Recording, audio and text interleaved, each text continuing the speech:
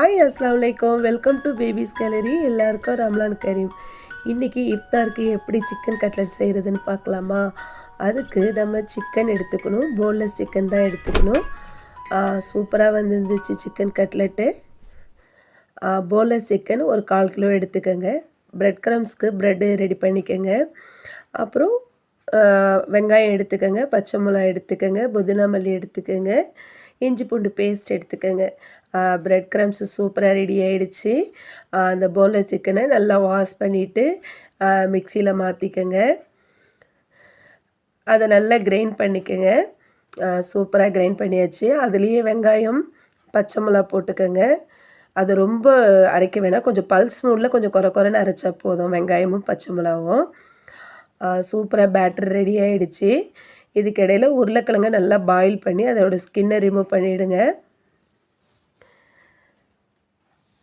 Remove பண்ணியாச்சு. Remove பண்ண பிறகு அதை நல்லா மேக்ஸ் பண்ணிக்கோங்க. நல்லா மேக்ஸ் பண்ணி அந்த சிக்கன், வெங்காயம், பச்சை மிளகாய் அதோடு சேர்த்து இதையும் மிக்ஸ் பண்ணிவிடுங்க. சூப்பராக இருக்கும். புதுசாக பார்க்குறீங்கன்னா இதை ட்ரை பண்ணுங்கள். சிக்கன் கட்லெட்டு ஒரே ஒரு டீஸ்பூன் இஞ்சி பூண்டு பேஸ்ட்டு போட்டுக்கோங்க.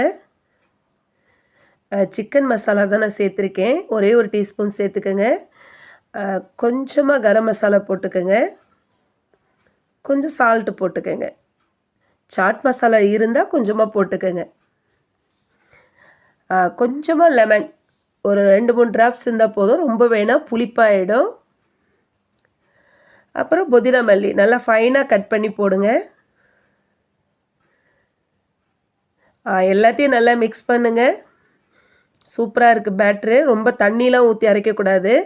அதை நம்ம எந்த ஷேப் வேணாலும் போடலாம். ஹார்ட் ஷேப்பு, ரவுண்ட் ஷேப்பு எப்படி வேணாலும் போடலாம். நான் ரவுண்ட் ஷேப் தான் போட்டிருக்கேன். கட்லெட்னாலே ரவுண்ட் ஷேப் தான் நல்லாயிருக்கும். அதை போட்டு நல்லா ப்ரெட் க்ரம்ஸில் நல்லா இது பண்ணிக்கோங்க. எவ்வளோ சூப்பராக ரெடி ஆகிடுச்சு பாருங்கள். ஆயில் சூடு பண்ணிக்கோங்க. மிதமான சூட்டில் இருக்கட்டும். சூப்பராக எல்லாம் ரெடி ஆகிடுச்சு. இதை நல்லா பொறுமையாக ஃப்ரை பண்ண வேண்டியதுதான். சூப்பரான கட்லெட் ரெடி ஆகிடுச்சு. இன்றைக்கி இஃப்தாருக்கு. அல்ஹம்துலில்லாஹ். புதுசாக பார்க்குறீங்கன்னா நீங்கள் ட்ரை பண்ணுங்கள்.